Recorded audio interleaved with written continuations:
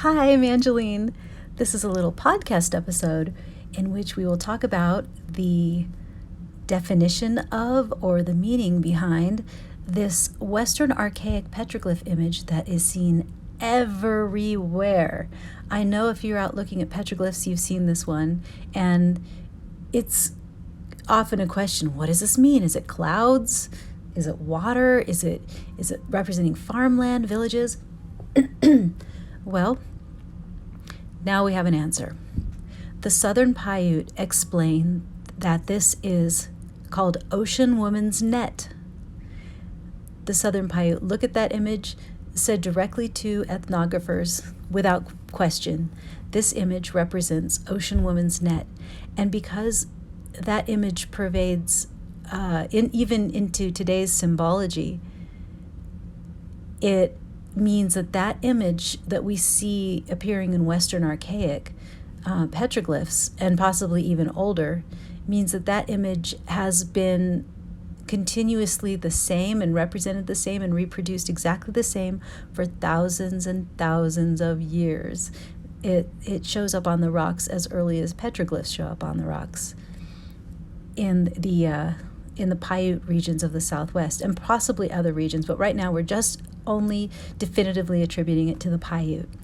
And I am going to read you a story about Ocean Woman and who she is and what she means to the Southern Paiute, as told through a Shemuevi telling. Excuse me. So, sit back, relax, and we'll have some story time. In the beginning, Nuwu, by the way, Nuwu are the people. Okay. In the beginning, Nuwu elders say that water covered the entire earth and that a small worm fell from the sky onto the surface of the water. The worm transformed into Ocean Woman. She took dirt and skin from her own body, especially from her reproductive area, which held special powers. She added mud from the bottom of the ocean and laid it upon the endless sea where it floated. Ocean Woman made a ball of mud, skin, sweat, and oil, composed of elements of earth and her body. With these natural elements, she created land. But the land mass proved too small, so Ocean Woman placed her body onto the land and began stretching it to the north, south, east, and west. She laid down on the earth and began pushing out the earth with her head, feet, hands, arms, and body, using every extremity and the trunk of her body to spread an extensive landmass. Like the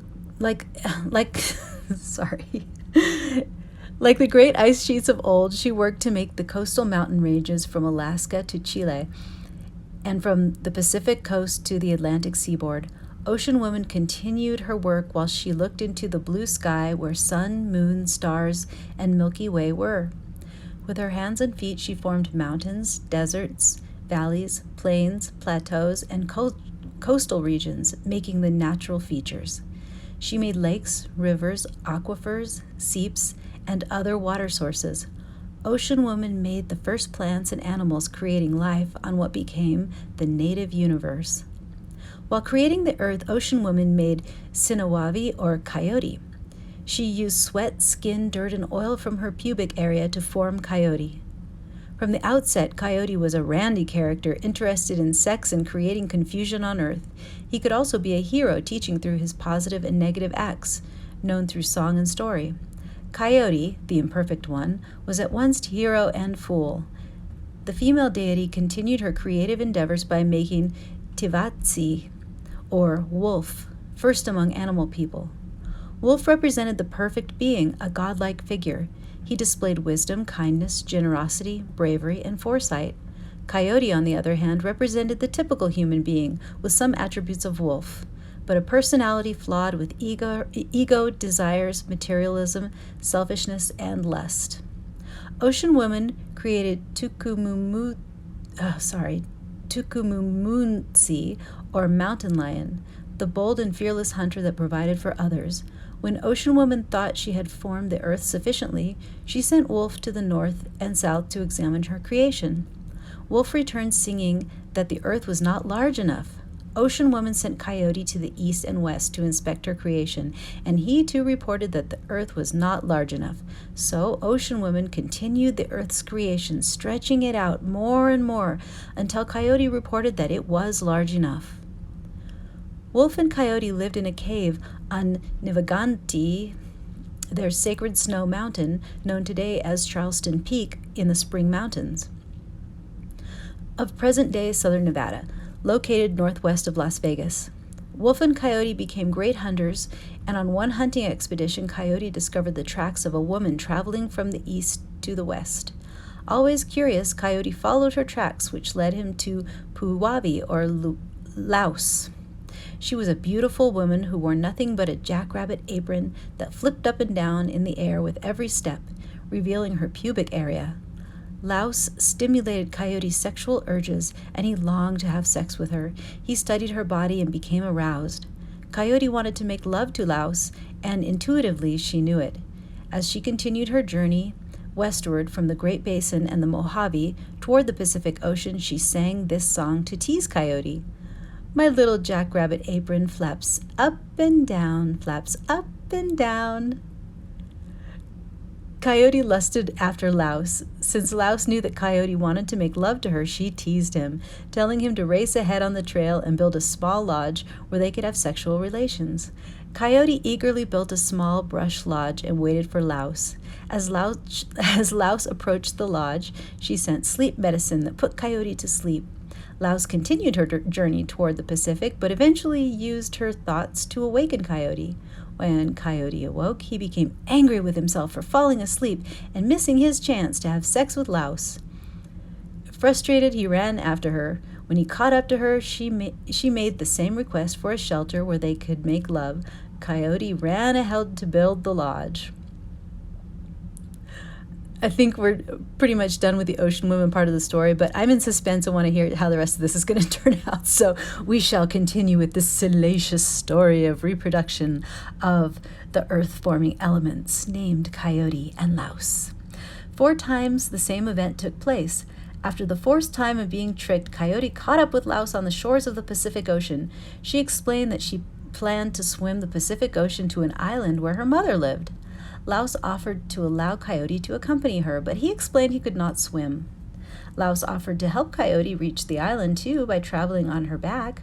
Coyote liked the idea of being that close to Laos, so he crawled onto her back as they began their journey to the sea. As Laos swam the ocean, Coyote clung to her back until she dived deep into the water, attempting to drown her suitor. Coyote let go, floated to the surface, and changed himself into a water spider. During the transformation, Laos swam away, leaving Coyote far behind. As a spider, however, Coyote moved faster than Laos, skirting across the top of the ocean until he spotted an island and dashed over the water to land. Once Coyote came ashore, he saw an elder woman sitting outside her lodge in the shade weaving a basket. Without saying a word, Coyote went inside the lodge and fell asleep. His journey as spider had tired him greatly. So here I stop the story and I give you my commentary. If you want to continue to hear what happens to Coyote, you can hear me tell a different version of this same story, which I had not read this story before. I just read it to you now. And I hear that it is a version of exactly the same story that's told by the Timbisha Shoshone up in Death Valley, as talking about where the people came from and how Coyote followed the woman and how the babies came to be and how he carried them back to the land and Coyote's basket. You can hear me tell that story in my video, Greenwater Valley Part 1, Pictographs, and it's toward the beginning. I'll tell you that whole story.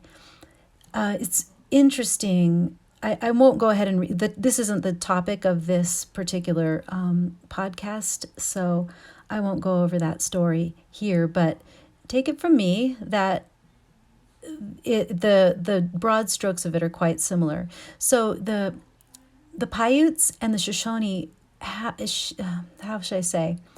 The Paiute range is all the way from the Sierra Nevada mountains all the way across the Great Basin. And that is the ancestral homeland of the Paiute and the Shoshone. I don't care to get into the controversial politics of who the Paiute and who the Shoshone are to each other, but suffice to say that they have the same ancient roots as Uto-Aztecans, more or less. And they have become divided into different language groups, but with the same roots. And although the religions won't say that, the religions will say that each ethnic group has its origin, within the place that they are now living. An archaeological perspective would say something kind of different. So that's as far as I'm going to go with that. But one of the unifying factors between the Paiute and the Shoshone are the stories they share, and this is one of them. So back to Ocean Woman. So as you can tell by the story, Ocean Woman is a primordial metaphor for the creation of earth from water. She's the life force that made land possible out of a planet full of water.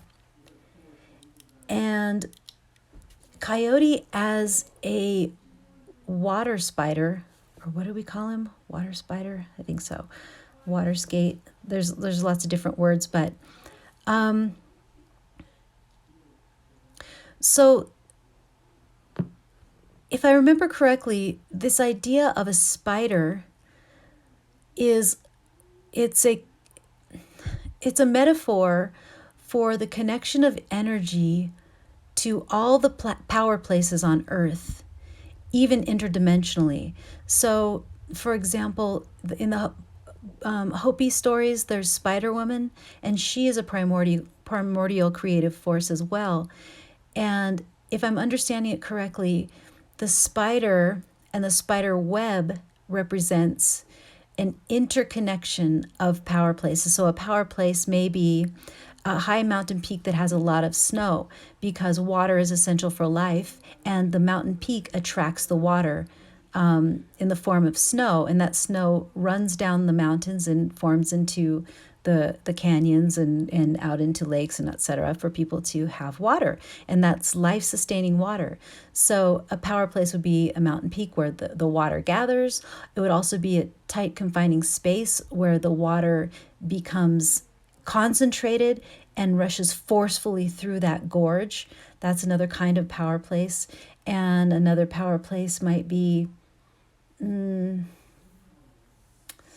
what else a volcano where earth power erupts out onto the surface. So they're energy vortices, if you will. And the web, the spider and her legs and or her web links all of these power places and philosophically links all of these power places. Although if you ask the people who will tell you about the power places, they don't talk about it as philosophy. They can feel the power. And I would say that probably you could feel the power if you were inclined to tune in. I think, to get a little bit off topic, but a little bit related, if you look at the pantheon of what we call gods in the Uto-Aztecan universe, if you look at, say, the Aztec gods, for example, Ehecatl, wind, they all have a different, they have wind, they have fire, they have different kinds of wind, they have different kinds of fire, they have water woman, they have, different kinds of water. All of these are essential kind of elementals, the energy of different elementals in the physical world as we know it, the material world as we know it. And each of those elementals in our material world are a kind of a deity, because they're a kind of a power, a kind of a force to which we are at their mercy. And we can harness these particular powers in particular ways by respecting them and using them in flow with how they want to go. And then some people, as the religions, as the ancient religions developed into more organized religions, or I should say the ancient unity with nature converted into something more like a religion, then it starts to look more like the people separating from these essential elemental forces and calling upon them as if they were separated from them, calling upon the elemental forces, the gods, for help with things, and harnessing the power of the gods, or asking for the power of the gods to be lent to people for, water, for whatever they need, whatever energy they're trying to flow in a certain way. Whereas in before the formation of formal religion, as it were, you would have people in harmony with the land. You almost don't have a differentiation between people and the land. The people are just one of the other creatures, just like a grasshopper or a plant. There's no difference between the kind of creature a human is and how they live and relate to nature. They just live in harmony with nature. Where am I going with this? And I'll just add another point to that. So when you talk about, this is what would be called an animistic culture, where every natural feature in the material world has a kind of a personality, and it's certainly undeniable. Even if you just absolutely outright reject spirituality, religion of any kind, you can't deny that every element on earth and every flavor of those elements on earth, a light breeze, a tornado, a medium breeze,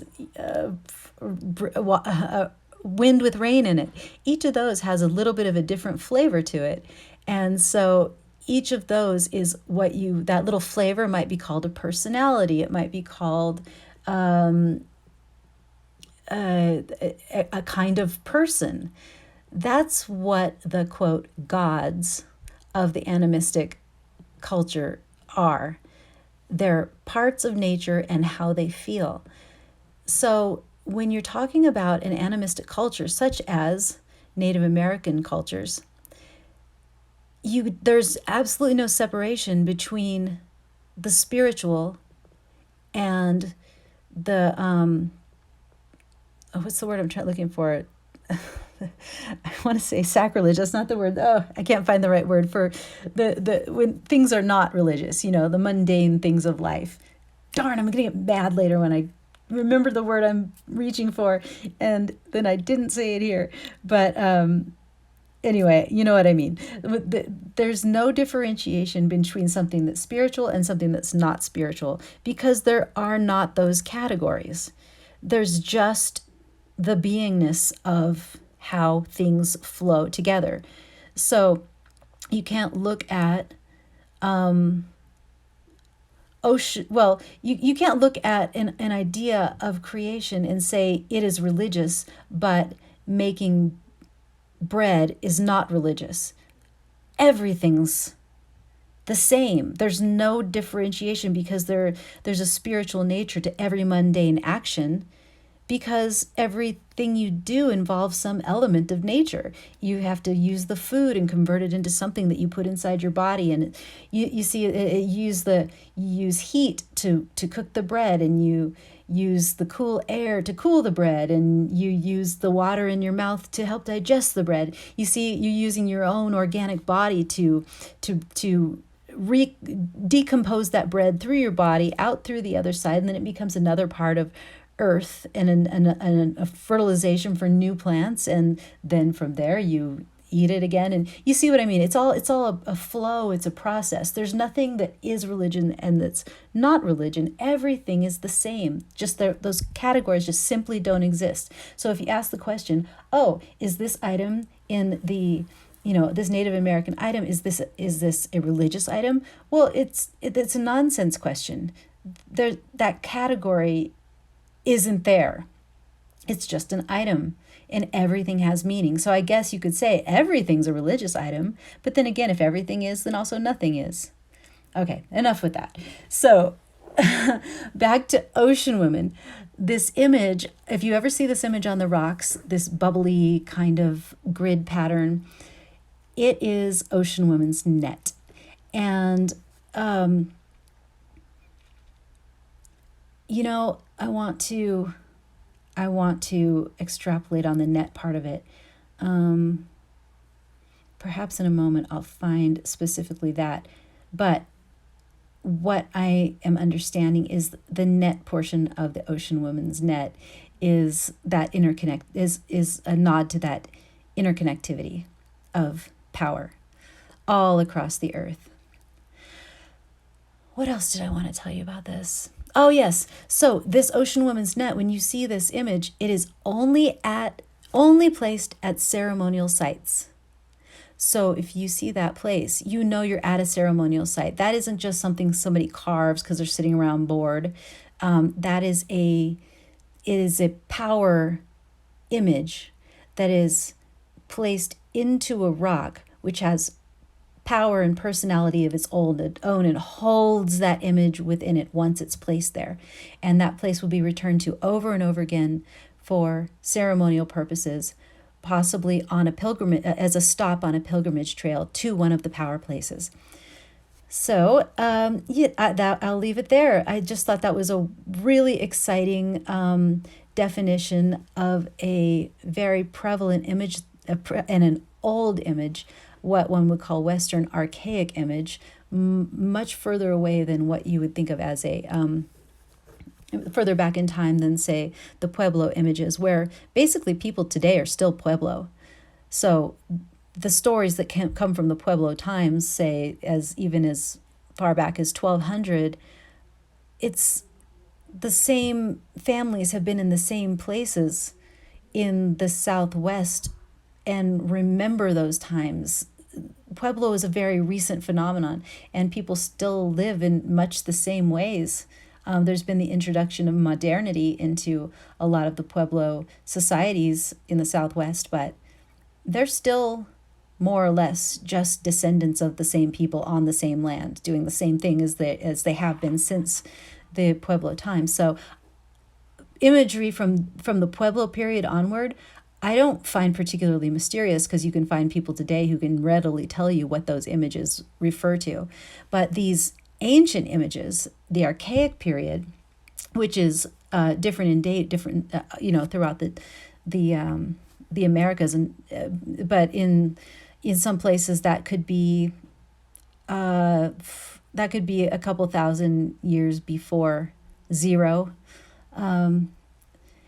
way before the modern what should I say? The modern landscape of people that are there today. In other words, there's been migration since, there's been people moving around the land a lot since some of those images were placed. So the original people who placed them may not be the people who later placed images over or near them or lived on that land or live there today. But in the case of the Paiute and this ocean woman net image, that is such a huge geographical region. I mean, practically a third of our continent is this Paiute Shoshone, extending beyond them because of, exchange, region, that even though people have moved around this area a lot, the people have stayed more or less within the same cultural sphere, sharing similar stories since time immemorial. So the people of today can still identify that image.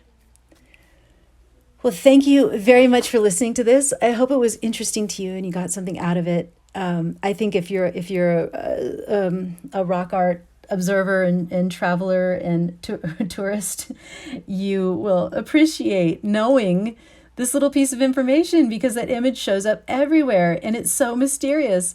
So I hope you like this. Go on over to the Facebook group, Ancient Southwest, to see other people's photos and stories and videos and everything. And go to theancientsouthwest.com for more blog posts on these topics. And I think that's it. So thanks for taking the time here today, and may the fire inside you continue to burn brightly.